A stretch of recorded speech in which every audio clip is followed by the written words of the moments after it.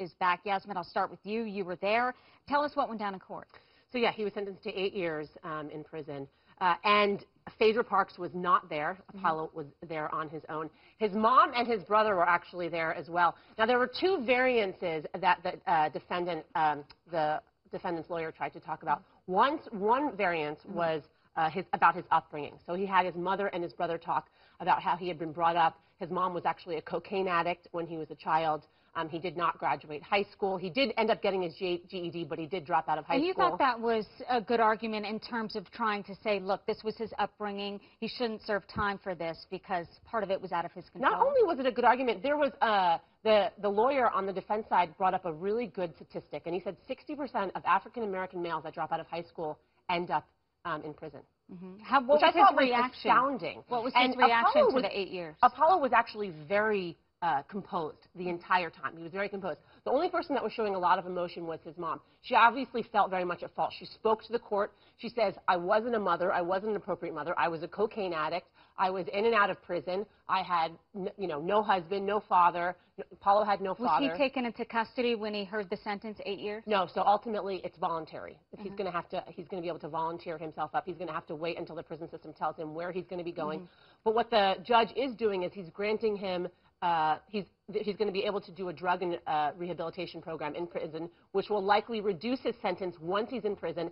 And on top of that, the judge is asking that he be placed in somewhere near Atlanta so that his children can be seen. Yeah, his two young kids. Alex McCord, I want to bring you in on this. What's your reaction to Apollo getting 8 years? And have you heard from the Bravo family? You're part of it. Any reaction from the studio? Well, I have to think that Bravo will be excited from a TV perspective that they'll get a little time to cover him before he volunteers and gives himself up to serve his sentence. Really, the ball's in Phaedra's court now. She has an ironclad prenuptial agreement with Apollo. She's going to lose him for 8 years, maybe less if he gets time off. But it's really her call now. Earlier this year, it was made public that she was going to have a spin-off covering her legal cases that was taken away. Maybe that will come back now. But one thing's for sure, she has been picked up for season 7 of The Real Housewives of Atlanta, and she's got her storyline all laid out. Alex, does this surprise you at all? You know, when you're on reality TV, your life, your relationships, they're scrutinized, to put it mildly. So acting in this way, knowing that the TV cameras are on you, does it surprise you that he did these things? Well, I think it might be a case of trying to keep up with the Joneses, or in this case, keep up with the Phaedra.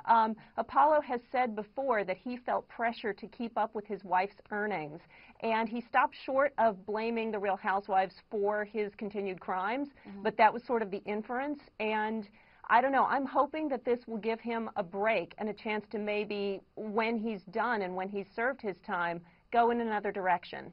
Were the Bravo cameras in the courtroom today? There were no Bravo cameras in the courtroom. But I actually have a question for Alex real quick. They talked a little bit about the structure that he would have been able to establish while he was, he got a TV show, he was out of prison for, that first time around. And they said, well, he had structure, he had a way to rehab. What kind of pressure does being on reality television really, do to a guy like that? Someone who's already, 10 steps back.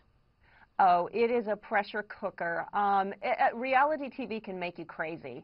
You second guess every single thing you do. You always want to look good. You always want to hide the bad, highlight the good, and ultimately you have no control over it. It can make people crack up. Yeah, or maybe we can't blame Bravo or reality TV exactly. for this. Maybe he was Apollo. this way. Yeah, he was this way. Were you surprised at 8 years, Ebony? I was. With the federal guidelines, they're not mandatory, but they're very stringent, and they leave the judge with very little discretion. And he was facing up to 30 years. And Yasmin talked about the departure efforts made by the defense lawyer, and neither one of them were successful. The other being to reduce his criminal history standing from a 5 to a 4 because his prior crimes weren't that violent in nature. The judge wasn't buying it, as Yasmin told us. So I was expecting closer to 15 years. So that's a pretty good deal for Apollo, considering he just came off of a 5-year bid for a similar racketeering charge. The big case that was being made in order to reduce his from the 5 to the 4 was, hey, when you were 23 years old, all your crimes stopped, but they stopped because you went to prison. Right. So the only reason why there's a gap between 23 and 30 when you actually got out of prison was because